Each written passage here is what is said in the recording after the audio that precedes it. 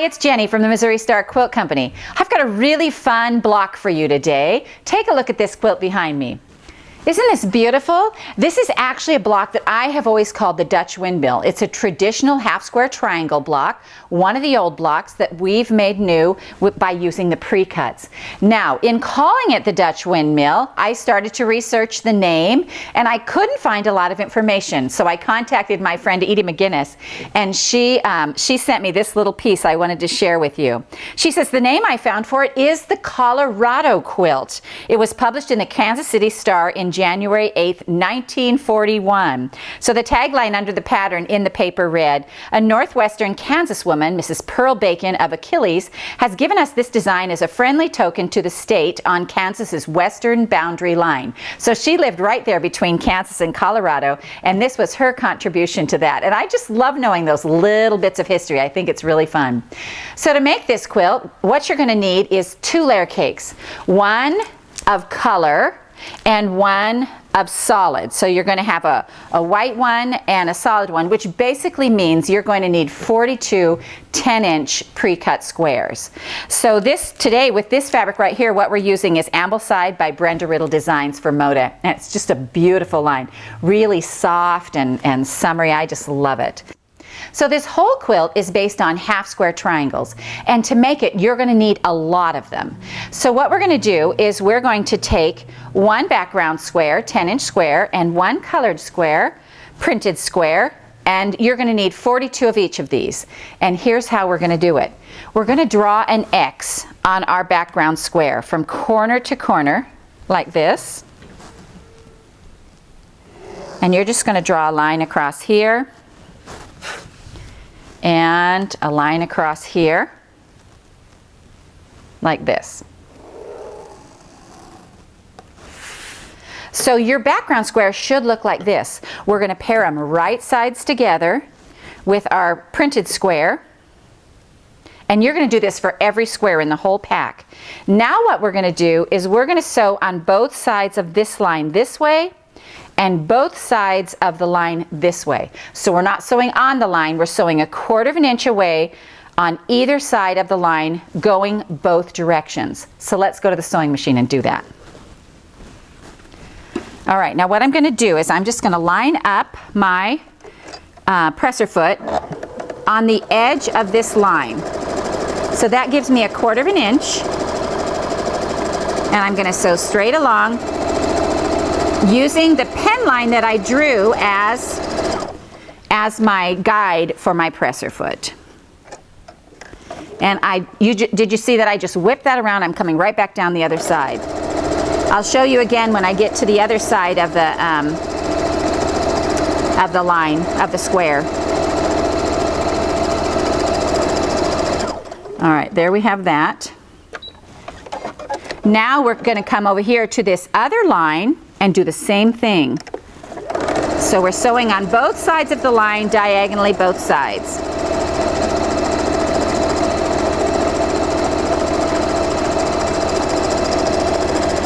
And we're going to flip this around and come down the other side. See how easily I did that? I finished right here, and I just flip it around. I don't even cut my thread, and come down the other side.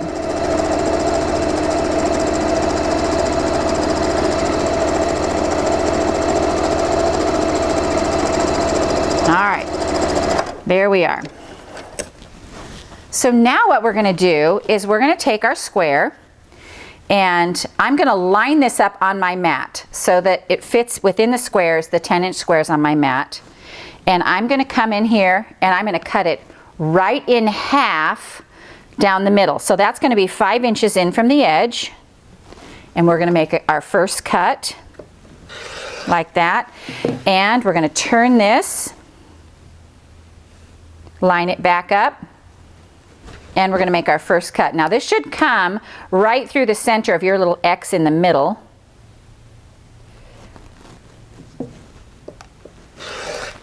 And then what we're going to do is we're going to cut it again on our diagonal lines. So line up your ruler on the line, just like that. And then diagonally the other way, just like this.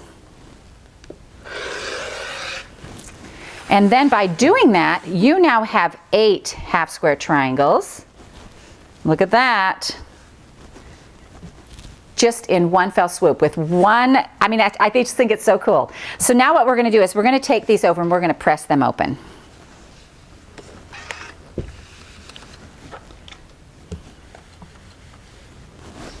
And I just have the dark sides up.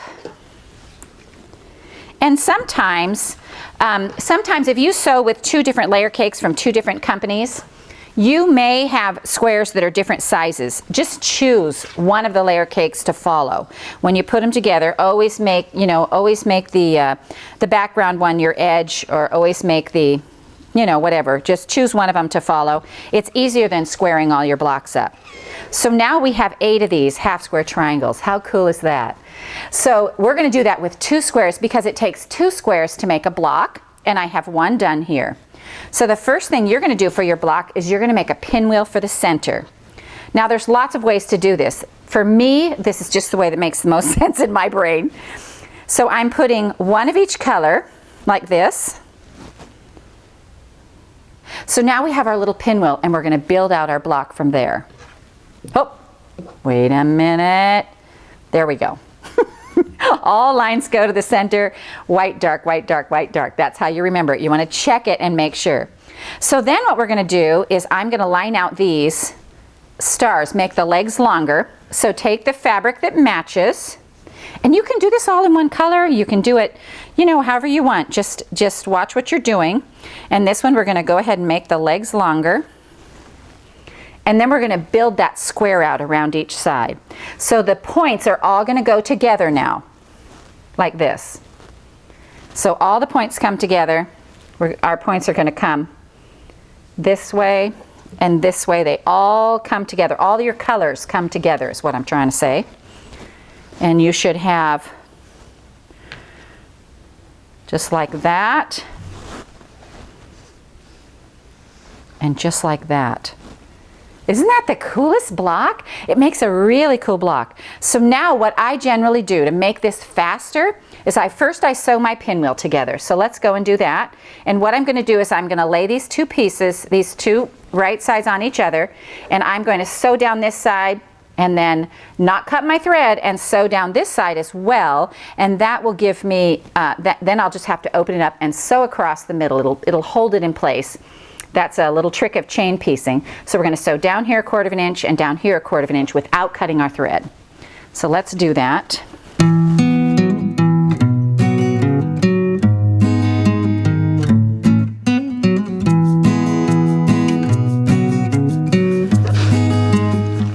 There we go. And that lays pretty nice. So we have our center pinwheel. So now let me show you what we have going here, because this will make it a lot easier for you. We're going to sew two of the grays and 2 of the yellows, and 2 of the grays and 2 of the yellows. So we're going to sew those together where they go like this. These 2 are opposites, so we're going to leave those left. So right now what I'm going to do is I'm going to stack mine up, and I'm going to just put all of these in a pile, and I'm going to sew the 2 yellow sides, the 2 gray sides. You see what I'm saying here? We're going to sew these 2 together, and that happens to 4 of these on the outside. And these also. And then I'll just take these over the sewing machine and we'll just whiz through the whole pile.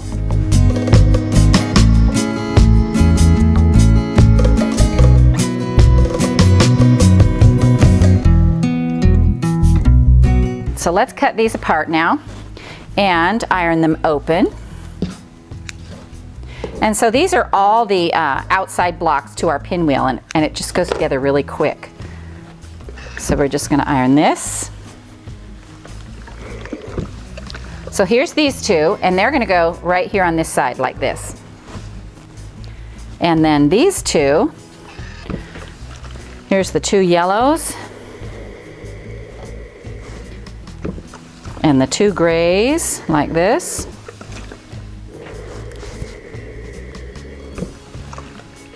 And your grays, wherever your grays are, you're just going to line them up. And here's grays over here, so we're going to line them up. Yellows over here, line them up, line them up. So then what we're going to do is we're going to sew these 2 rows together like this and like this, which you can again just take over and do.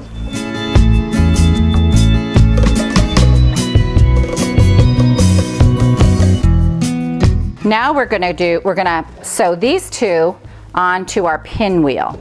And so I think what I'll do is just stick a little pin in here and a little pin over here so that I don't lose where I am, which I've done twice already. All right, now we're gonna sew these on here.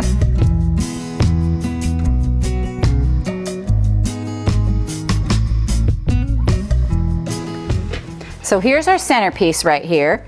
Now we just need to add our side pieces on, and we'll go ahead and do that. And that will give us our block.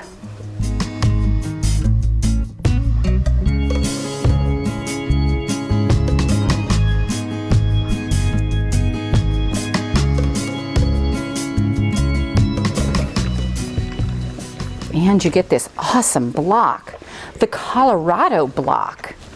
I think that's so fun. I love knowing the stories behind these blocks, and I love taking the old blocks and making them new again, and being able to use them with pre-cuts.